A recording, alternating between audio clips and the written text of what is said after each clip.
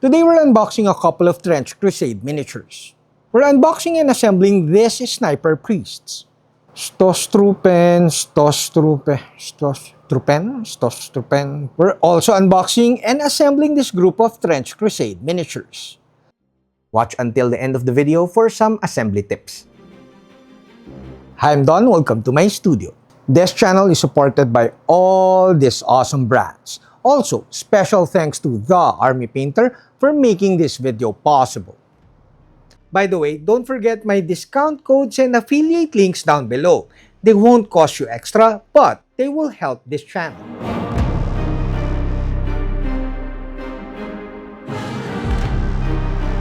I was working on some bonus tutorials for our skin painting Kickstarter and a couple of projects for a painting competition when this Trench Crusade package arrived.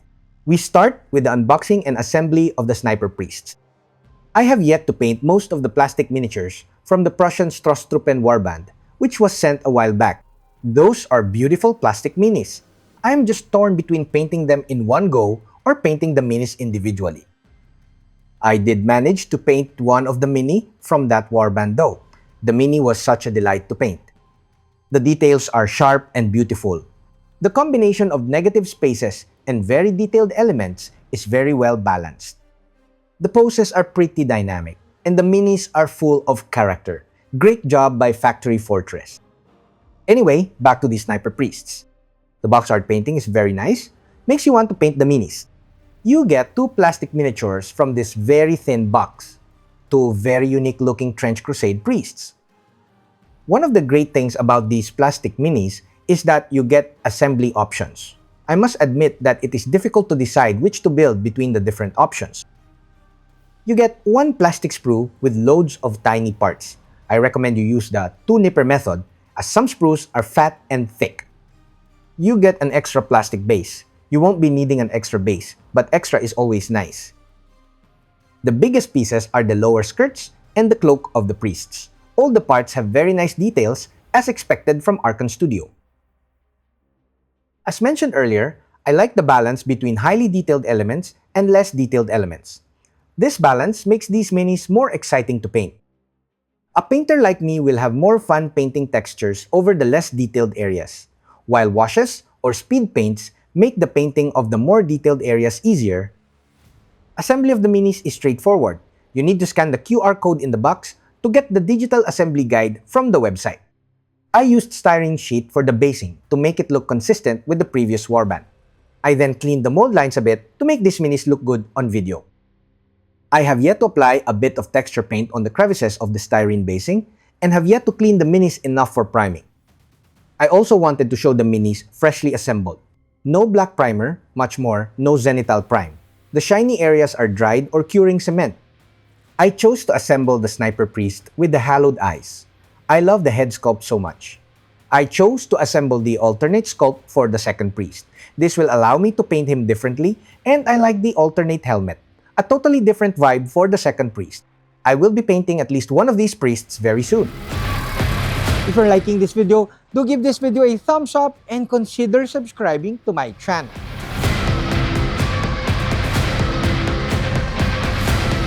Now let's build the Prussian Stosstruppen models.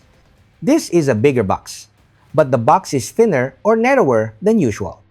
The box art is nice and inspiring and shows the official color scheme of these Prussian Stosstruppen. You get 5 plastic minis from this box, and as usual, you have some assembly options. After some quick assembly and styrene sheet basing, I cleaned the mold lines a bit with my sub panel liner. I do not have a discount code or affiliate link for this tool, but I do highly recommend you check out sub panel liners. These tools are awesome. Pricey but awesome. Now, here are the 5 models I built from this Prussian Stosstruppen expansion box.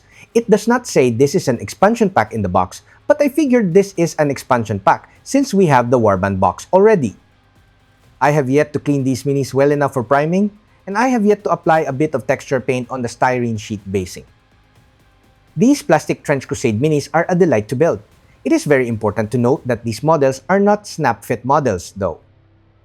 Not being snap-fit models is an advantage in my opinion. You have a gazillion of ways and options when assembling these miniatures. You could even magnetize parts if you like. I love the round base of the heads in particular. The generic shape of the head and waist joints allows some level of variability during assembly. Also, since these are plastic models, shaving parts and connections to allow more variation is super easy. Obviously, these plastic Trench Crusade miniatures look awesome. These should be fun to paint. Do you want me to speed paint them or paint them individually at a higher painting level? Do tell me at the comment section below. Before my final thoughts, a huge thanks to all my patrons at Patreon. Now here are a few assembly tips for the Sniper Priests. The Sniper Priests have so many parts and can be overwhelming to assemble. Make sure to access the assembly guide by scanning the QR code on the box before assembly. I recommend you build the biggest parts of the Sniper Priests. Glue the two halves of the lower torso first. Let the cement cure and clean it up. Then build and glue the upper torso and clean it up also. You may glue the main parts on the base already before gluing the head, arms, and other details. As for the Prussian Stosstruppen, I recommend you build and glue all the parts that are with two halves. Glue the two parts of the upper torsos first. You may want to let the cement cure, then clean up the gaps. Also, glue the two parts of the legs together. You may let the cement cure and clean it up. Once the torso and legs are glued together, building up the models becomes much easier. My main recommendation if you get these plastic Trench Crusade miniatures is to fully explore the different assembly options that you'll get from these boxes. If you play the game, you can optimize the weapons of your warband. If you are mostly a painter like me, simply build what you like to paint. That's it, Pansit. I hope you like this video. Don't forget to comment, like, subscribe, and all that stuff. Until next video, guys. Bye!